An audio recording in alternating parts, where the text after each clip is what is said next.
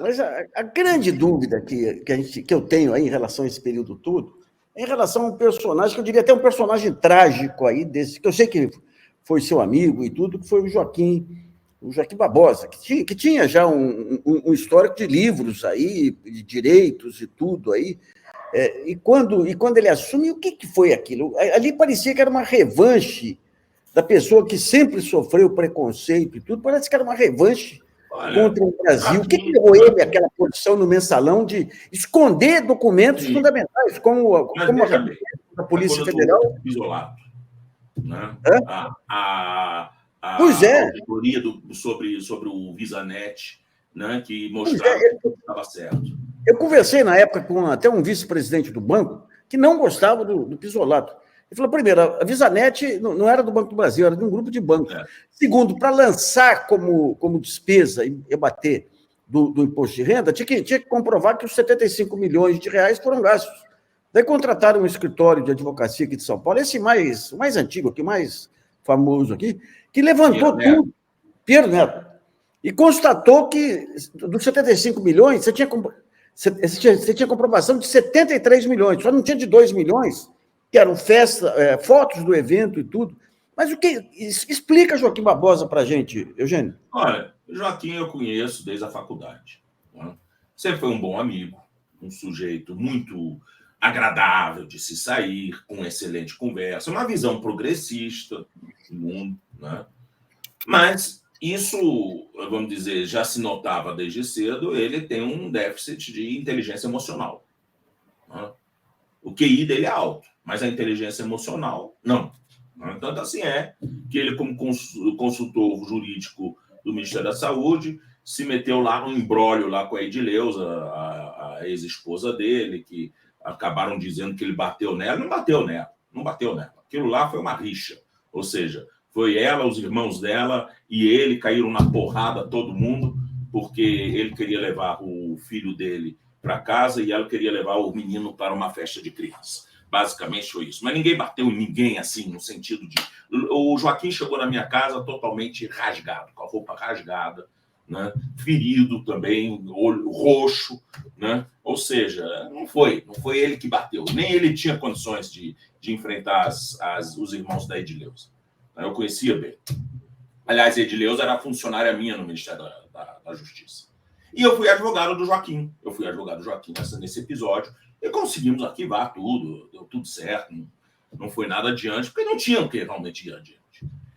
Bom, mas isso aqui mostrou o quê? Um certo desequilíbrio, porque eu vou lhe dizer, no meu caso, se eu sou separado, né? Se a minha esposa chega para mim, ô Eugênio, poxa, hoje não vai dar para você ficar com as crianças, eu quero levá-los para uma festinha de crianças, eles estão todos felizes de ir para a festinha. Eu disse, claro! Tudo bem, leva as crianças para a festa, é o the best interest of the child, né? Na primeira coisa, então você leva e depois a gente se acerta. Pronto. Isso eu acho que é a atitude de uma pessoa normal. Não diz, não, é meu. E aí começa a brigar, pega o filho para cá, pega o filho para lá. Isso daí, quer dizer, são situações, isso em outros momentos que a gente vê isso, também brigas dentro da Procuradoria, tal, que acabou ele indo para o Rio de Janeiro, né? Ele sempre foi uma pessoa, vamos dizer assim, para muita gente era visto como problemático. Eu achava que isso aqui tudo dava para explicar, deixa para lá, tal, porque a gente também levava em consideração, ele era um vencedor de onde ele veio, né? Ele chegou em Brasília como terceirizado de limpeza e foi subindo. É uma pessoa que tem o seu valor, né? O fato é que ele, quando ele é nomeado ministro do Supremo Tribunal Federal, né, ele que tinha uma vida muito boa no Rio de Janeiro, um apartamento muito bonito lá na Epitácio Pessoa, junto ao canal do Jardim de Alá, com vista para as Ilhas Cagarras, né, um lugar muito gostoso, uma vida boa. De repente, ele se vê premido num circo cercado de predadores. Né? Predadores. A gente sabe que ali, esse ambiente ali é um ambiente, vamos dizer, tóxico, muito tóxico. Né? E, claro, aí vinha aquelas risadinhas, do Eros Grau, assim, desdenhando o Joaquim, né? Ele ouvindo, nos fundos, outros ministros chamando ele de macaco, de não sei o quê, de não sei o que mais. Né? A coisa ficou tão desagradável para ele, tão desagradável, que ele não gostava nem de chegar a tempo nas sessões do tribunal para não encontrar os colegas na sala de toga. Que loucura. Então ele preferia chegar depois, né? Quando todo mundo já estava no plenário. Quer dizer, cria-se um ambiente ali que não é amistoso para ele. Não é amistoso. E, claramente, eu digo isso aqui porque eu assisti às dores dele nesse momento e era um ambiente racista. Racista. Né? Racista. Eugênio, deixa eu terminar, Marcelo. Então vai. Agora, o fato é o seguinte, quando chega esse mensalão na mão dele, tá? Isso vamos dizer, é um exocet, né, que ele recebe para afundar aquela esquadra que está contra ele. Né? E ele resolve remar junto com a mídia, porque, é claro, assim ele é uma couraça que ele tem para ele agir. Né? E claramente foi isso. Joaquim se mudou completamente.